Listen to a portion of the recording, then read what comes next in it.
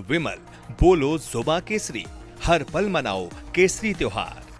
विराट, रोहित या हार्दिक, इरफान पठान को आईपीएल के कमेंट्री पैनल से किस खिलाड़ी ने हटवाया? इरफान पठान ने एक इंटरव्यू में खुद बड़ा नाम बताया।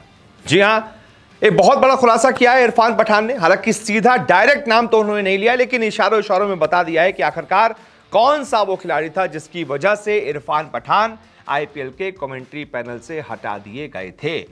आपको याद होगा कुछ दिनों पहले अचानक से इरफान पठान जो है स्टार स्पोर्ट्स के कमेंट्री पैनल से हटा दिए गए थे।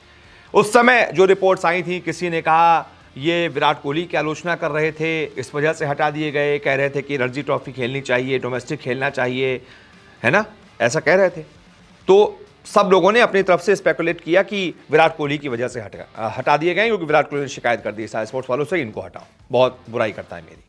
बाद में पता चला ऐसा नहीं है। फिर एक और जो है अटकलें लगाई गई। फिर नाम आया एक और रोहित शर्मा का, कि रोहित शर्मा की बुराई कर दी थी, इस वजह से वो हटा दिए गए, रोहित ने कहा होगा। इन सब के बीच एक और नाम अभी थोड़े दिन पहले सामने आया, हार्दिक पांड्या का। और इरफान पठान ने जो बयान दिया है वो थोड़ा थोड़ा इशारा करता है कि हार्दिक पांड्या ही वो नाम था जिसकी वजह से इरफान पठान को आईपीएल के कमेंट्री पैनल से हटाया गया। हालांकि डायरेक्ट नाम नहीं लिया, लेकिन कहा क्या, जो कहा वो काफी है ये बताने के लिए कि इरफान का इशारा किसकी तरफ है। सबसे पहले मैं आपको बताता हूं इरफान ने कहा क्या है, फिर आप खुद तय कीजिएगा कि इरफान किसकी तरफ इशारा कर रहे हैं। दरअसल हाल ही में इरफान पठान ने एक इंटरव्यू दिया है और उसी में उनसे अलग अलग मुद्दों पर खुलकर सवाल पूछे गए। उन्होंने खुलकर अपनी राय भी रखी। आईपीएल में कमेंट्री से हटाए जाने को लेकर पहले कहा जा रहा था विराट कोहली और रोहित शर्मा ने जो है उनकी शिकायत की है, वो उनकी आलोचना से नाराज हैं। लेकिन इंटरव्यू में हार्दिक पांड्या का भी नाम सामने आया। हालांकि इस पूरे मामले में उन्होंने खुलकर किसी का नाम नहीं लिया, लेकिन मीडिया रिपोर्ट्स में हार्दिक पांड्या को ही इसके लिए जिम्मेदार बताया गया।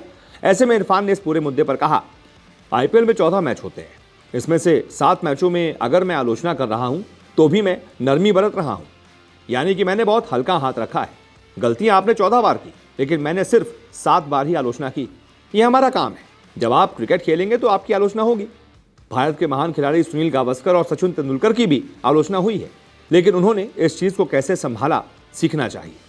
उन्होंने कभी किसी को यह एहसास होने नहीं दिया कि वो खेल से बड़े हैं। यानी कि यहां इरफान कह रहे थे कि भाई मैंने तो बहुत कम ही आलोचना की है, वो खिलाड़ी तो 14 मैच में फेल हुआ था, मुझे 14 बार आलोचना करना चाहिए थी, लेकिन मैंने 7 ही बार आलोचना की। एक तरीके से 7 बार उनको छोड़ दिया, यानी मैंने हल्का हाथ रखा।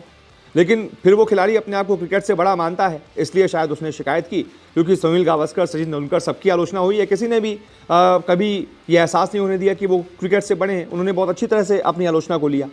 फिर इंटरव्यू में हार्दिक पांड्या से संबंध के बारे में भी उनसे सवाल पूछा गया, तो इसका जवाब इरफान ने दिया कि हमारे बीच किसी तरह की कोई राइवलरी नहीं है।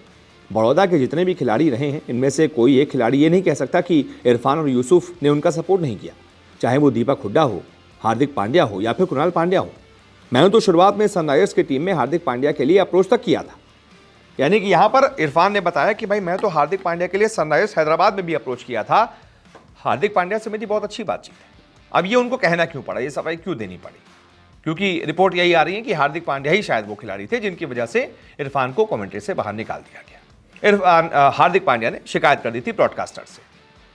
तो ये थोड़ा सा पचा नहीं किसी को, क्योंकि हार्दिक पांड्या तो बड़े कूल क्रिकेटर माने जाते हैं, और अगर वो अपनी आलोचना पर किसी कमेंटेटर की शिकायत कर रहे हैं ब्रॉडकास्टर से तो ये गलत है। लेकिन इरफान ने उनका खुलकर नाम नहीं लिया है। लेकिन आप समझ सकते हैं, अब आपके ऊपर मैं ये छोड़ता हूं कि आप खुद ये इरफान के बयान से तय कीजिए कि इरफान का इशारा किसकी तरफ था। आपको जो समझ में आ रहा है, जो भी नाम समझ में आ रहा है, कमेंट बॉक्स में उसका नाम दे दीजिए। इस वीडियो को देखने के लिए बहुत बहुत शुक्रिया।